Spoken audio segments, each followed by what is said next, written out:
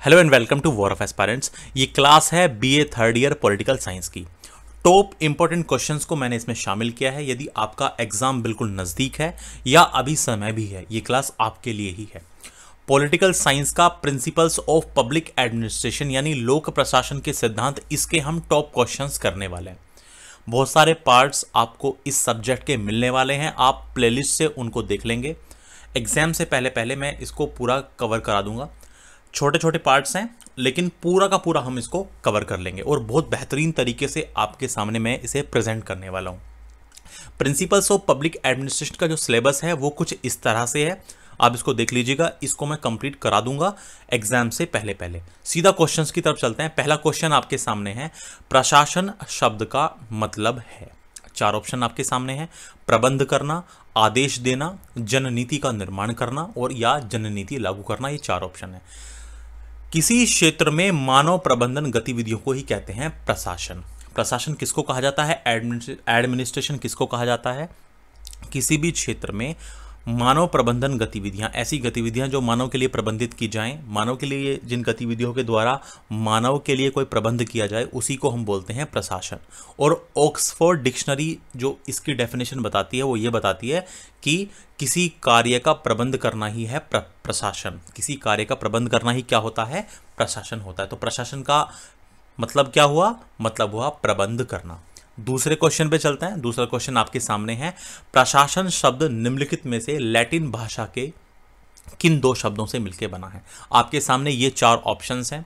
तो देखिए, जो एडमिनिस्ट्रेशन शब्द है ये एड और मिनिस्ट्रेयर, इन दो लैटिन भाषा के शब्दों से मिलकर बना हुआ है।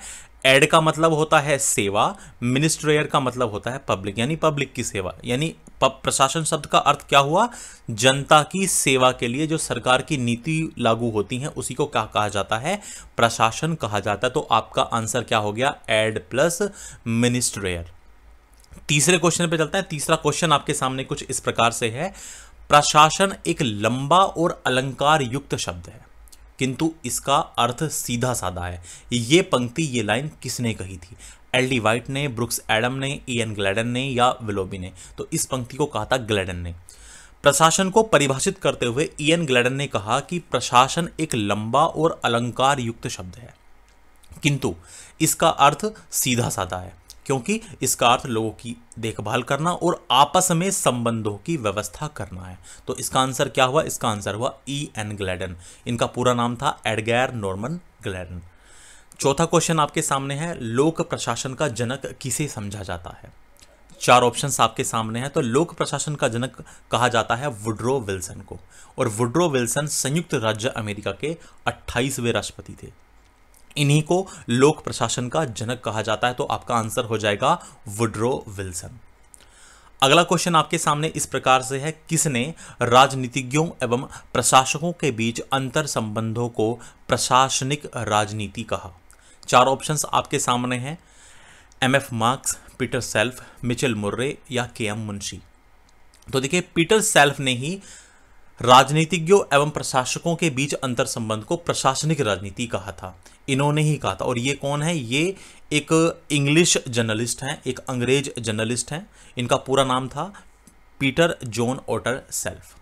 अगले क्वेश्चन की तरफ हम चलते हैं। अगला क्वेश्चन आपके सामने इस प्रकार से है, किस देश में तुलनात्मक प्रशासन समूह स्थापित हुआ? किस देश में तुलनात्मक प्रशासन समूह? तुलनात्मक प्रशासन समूह मतलब कंपैरेटिव एडमिनिस्ट्रेटिव ग्रुप, CAG। तुलनात्मक प्रशासन ग्रुप जो था वो अमेरिका में 1963 में स्थापित हुआ था। तो आपका आंसर क्या हो जाएगा? अमेरिका। ये पूरा वर्ल्ड मैप है और इस वर्ल्ड मैप में आप इस नॉर्थ अमेरिका कॉन्टिनेंट में, जहां पर आपको ये रेड दिख रहा है, यही है USA। इस USA का एक स्टेट दूर है जो कनाडा के पार है, वो अलास्का है। तो USA में ही स्थापना हुई थी सबसे पहले तुलनात्मक प्रशासन ग्रुप की। अगला क्वेश्चन आपके सामने कुछ इस प्रकार से है, मुख्यालय क्षेत्र, इसके बारे में बताऊंगा। मुख्यालय क्षेत्र संबंध के बारे में सभी अंगुलियां किसका विचार है?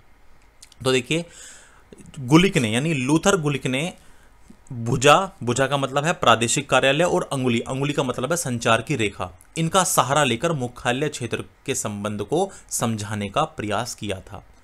तो यानी सभी अंगुलियां, ये विचार किसका है मुख्यालय क्षेत्र के संबंध के बारे में? लूथर गुलिक का। किसका है? लूथर गुलिक का। अब ये मुख्यालय क्षेत्र क्या है, इसको समझने का प्रयास कीजिए। देखिए, लोक प्रशासन में इस मुख्यालय क्षेत्र शब्द का प्रयोग होता है।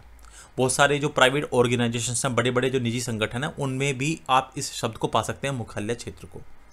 अब देखिए, क्योंकि सरकारों का काम जो है वो बढ़ गया है, यानी कहने का मतलब ये है कि अब एक केंद्र से, एक ही सेंटर से कार्य करना असंभव है।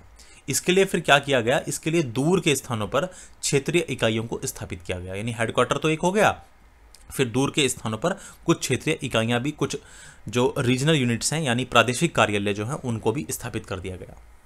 और जो किसके अधीन कार्य करती हैं? जो मुख्यालय यानी हेडक्वार्टर के अधीन कार्य करती हैं। मुख्यालय से मतलब क्या होता है? मुख्यालय से मतलब होता है राजधानी या फिर केंद्र में स्थित मुख्य नीति निर्माण की इकाई। और क्षेत्र से मतलब क्या होता है? यानी मुख्यालय हेडक्वार्टर से दूर ऐसी इकाई जो योजनाओं को लागू करती है। तो मुख्यालय क्षेत्र संबंध के बारे में सभी अंगुलियां किसका विचार है? ये लूथर गुलिक का विचार है। अगला क्वेश्चन आपके सामने है, शब्दकोश के अनुसार प्रशासन का अर्थ है। देखिए, सबसे पहले क्वेश्चन में ही हमने इसको डिस्कस किया था जब मैंने बताया था ऑक्सफोर्ड डिक्शनरी के बारे में। तो डिक्शनरी का मतलब ही क्या होता है? शब्दकोश। ऑक्सफोर्ड डिक्शनरी के अनुसार प्रशासन का अर्थ होता है किसी कार्य का प्रबंध। तो आंसर क्या हो जाएगा? कार्यों का प्रबंध करना।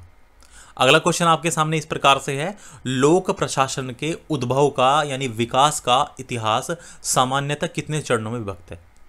तो ये 5 चरणों में विभक्त है। लोक प्रशासन का विकास 5 चरणों से होकर के गुजरता है। और वो 5 चरण कौन कौन से हैं? राजनीति प्रशासन द्विभाजन यानी पॉलिटिक्स एडमिनिस्ट्रेशन डाइकोटोमी, प्रशासन के सिद्धांत यानी प्रिंसिपल्स ऑफ एडमिनिस्ट्रेशन, चुनौती का युग इरा ऑफ चैलेंज, पहचान का संकट आइडेंटिटी क्राइसिस, और फिर उसके बाद जो 5वां चरण होता है वो होता है लोक नीति परिप्रेक्ष्य पब्लिक पॉलिसी पर्सपेक्टिव। तो हमारा आंसर क्या हो जाएगा? हमारा आंसर हो जाएगा 5 चरण। और आपका अगला क्वेश्चन इस प्रकार से है, प्रशासन ही राजनीति है, यह विचार किसका है? तो देखिए, प्रशासन ही राजनीति है, यह विचार है एप्लबी का। यह विचार किसका है? पॉल एच एप्लबी का। पॉल एप्लबी का यह तर्क है कि प्रशासन ही राजनीति है क्योंकि लोक हित के लिए यानी समाज के हित के लिए प्रशासन को ध्यान देना आवश्यक है। तो प्रशासन ही राजनीति है, यह विचार किसका है? पॉल एच एप्लबी का। इनका पूरा नाम था पॉल हेंसन एप्लबी। ये एक अमेरिकी पत्रकार थे और एक लोक सेवक और एक शिक्षक थे। टॉप क्वेश्चंस मैं आपको करा रहा हूं, पार्ट 2 देखिए, इससे आगे के क्वेश्चन पार्ट 2 में आपको मिलेंगे।